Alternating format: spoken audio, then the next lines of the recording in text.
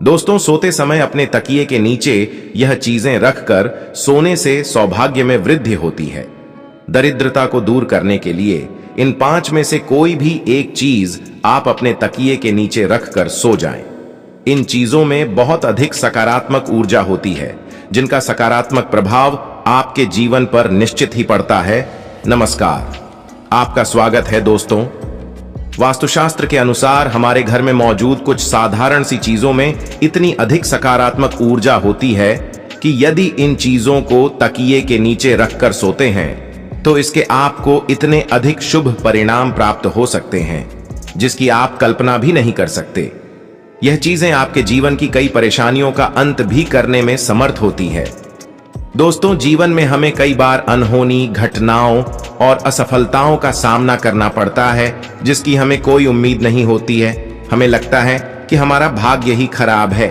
अनेकों प्रयत्न करने पर भी हमें निराशा ही हाथ लगती है। इतना ही नहीं, लगातार पूजा पाठ करने पर भी हमें मुश्किलों का सामना करना पड़ता है।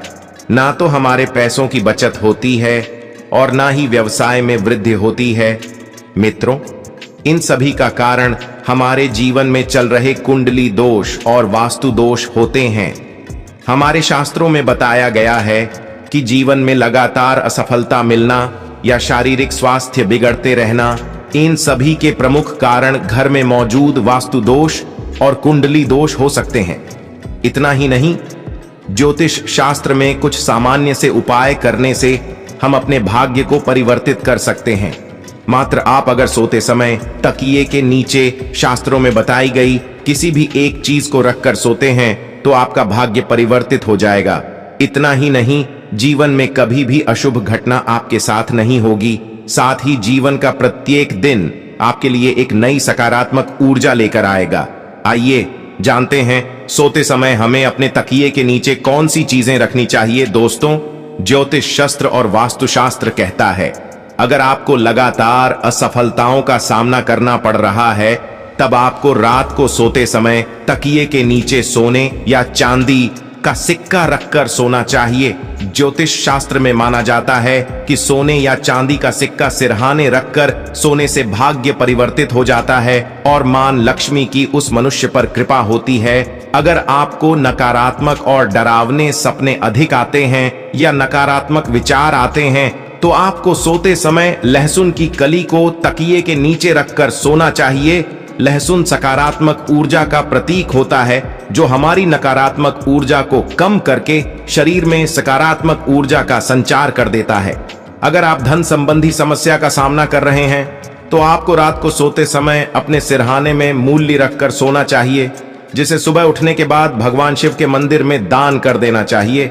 ऐसा करने से धन संबंधी सभी समस्याओं का निवारण होता है। साथ ही राहु, केतु और शनि ग्रह का प्रभाव भी कम होता है। अगर आपकी पारिवारिक रिश्तों की स्थिति ठीक नहीं है या आपका व्यवसाय सही ढंग से नहीं चल रहा है या फिर पैसों की कोई बचत नहीं हो रही है तो आपको रात को सोते समय थोड़ी सी मूंग दाल को हरे रंग के कपड़े में बांधकर तकिए के नीचे रखकर सो जाना चाहिए।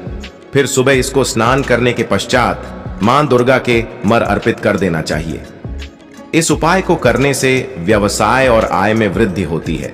दोस्तों, अगर आपके मन में किसी प्रकार का वहम हो अथवा आपको किसी बुरी शक्ति से अकारण ही डर लग रहा है या आपको अचानक ही मृत्यु का भय सताने लगा है तो आपको सोने से पहले एक बार हनुमान चालीसा का पाठ अवश्य करना चाहिए और हनुमान चालीसा को अपने सिरहाने रखकर सोना चाहिए।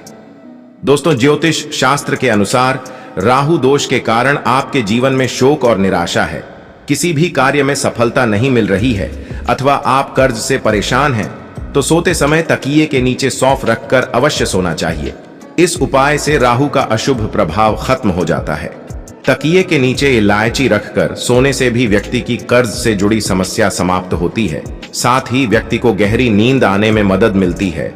अगर किसी व्यक्ति का गुरु ग्रह कमजोर है तो उसे भी अपने तकिए के नीचे हल्दी की गांठ रखकर सोना चाहिए।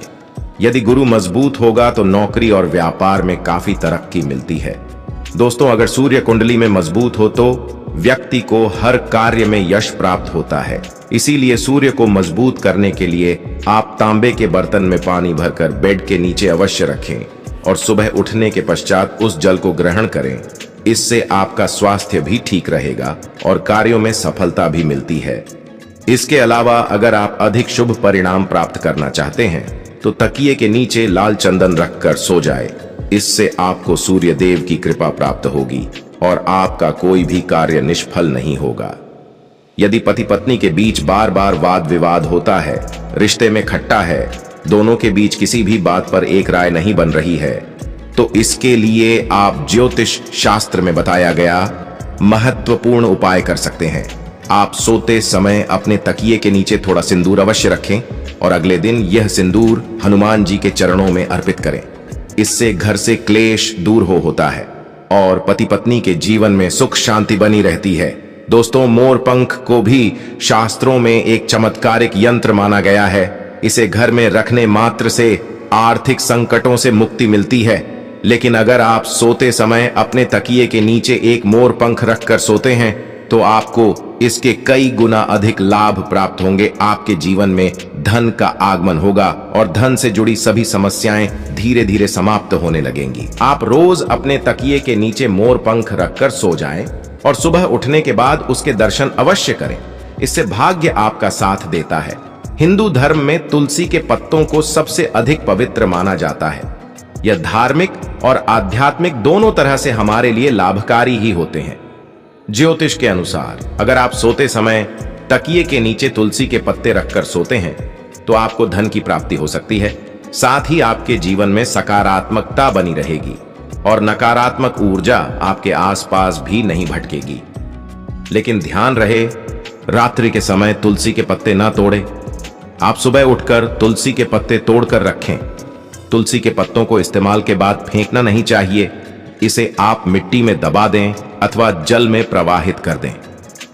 दोस्तों, सोते समय अगर आप तकिए के नीचे RS1 का सिक्का रखकर सोते हैं तो आपको मां लक्ष्मी की कृपा प्राप्त हो सकती है। आप रोज अपने तकिए के नीचे RS1 का एक सिक्का रखें और सुबह उठने के बाद वह सिक्का किसी गरीब व्यक्ति को दान में दे।